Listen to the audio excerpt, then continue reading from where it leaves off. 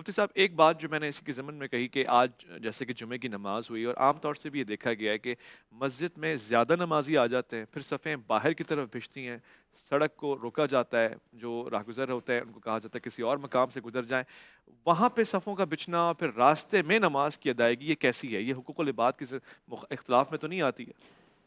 بسم اللہ الرحمن الرحیم۔ دیکھیے کہ حقوق العباد کو بہت اہمیت حاصل ہے، مگر ہمیں یہ دیکھنا پڑتا چاہیے کہ ہر شخص کے متعلق خصوصی حقوق متوجہ ہوتے ہیں۔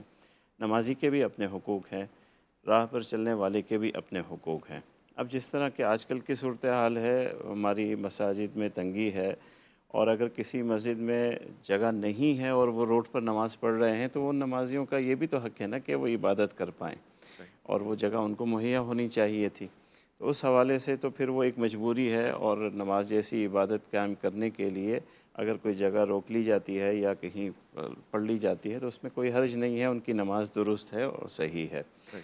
ہاں، اگر خام خواہی آپ کے پاس مسجد موجود ہے، مسجد خالی پڑی ہے، اور آپ آ جائیں گے روڈ پر اور وہاں چاہیں گے کہ سب دیکھیں اور میں وہاں نماز ادا کروں، مثلا چھت پہ بغیر جگہ ضرورت خالی ہے۔ کے، ہاں، بغیر ضرورت کے اگر آپ راستہ روکیں گے تو پھر اس وقت یہ بات ہے کہ یہ آپ دوسرے کو تکلیف دے رہے ہیں، اچھا۔ اور یہ چیز ایسی ہے کہ شریعت جو ہے وہ اس چیز کو بالکل برداشت نہیں کرتی۔ یہاں تک کہ حضور صلی اللہ علیہ وسلم کی تعلیمات میں تو یہ بھی ہے کہ ایک روایت میں ہے کہ حضور صلی اللہ علیہ وسلم گزرے اور صحابی جو ہیں غالباً حضرت ابوبکر صدیق ہیں جو اونچی آواز سے تلاوت کر رہے ہیں، تو وہاں وہ حکم فرماتے ہیں کہ آپ ذرا پست آواز سے تلاوت کیا اچھا۔ کریں، اور خود حضور صلی اللہ علیہ وسلم حضرت جی ہاں۔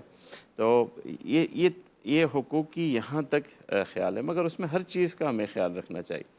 بدقسمتی یہ ہے کہ ان یہ جو حوالوں سے، روایت آپ نے پیش کی مصعب، اس حوالے سے ہمیں بڑی شرم آنی چاہیے۔ ہمارے یہاں لاؤڈ اسپیکرز، چاہے وہ محفل نعت کے لیے ہوں، جلسے جلوس کے لیے ہوں، مجالس کے لیے ہوں، ہم تو دوسروں کا جینا محال کر دیتے ہیں۔ صرف آذان کے علاوہ لاؤڈ اسپیکر کی ایسی آواز جو آپ کے سامعین سے باہر جا رہی ہے، کسی کو تکلیف دے رہی ہے، شریعت اس کو اجازت نہیں دیتی ہے۔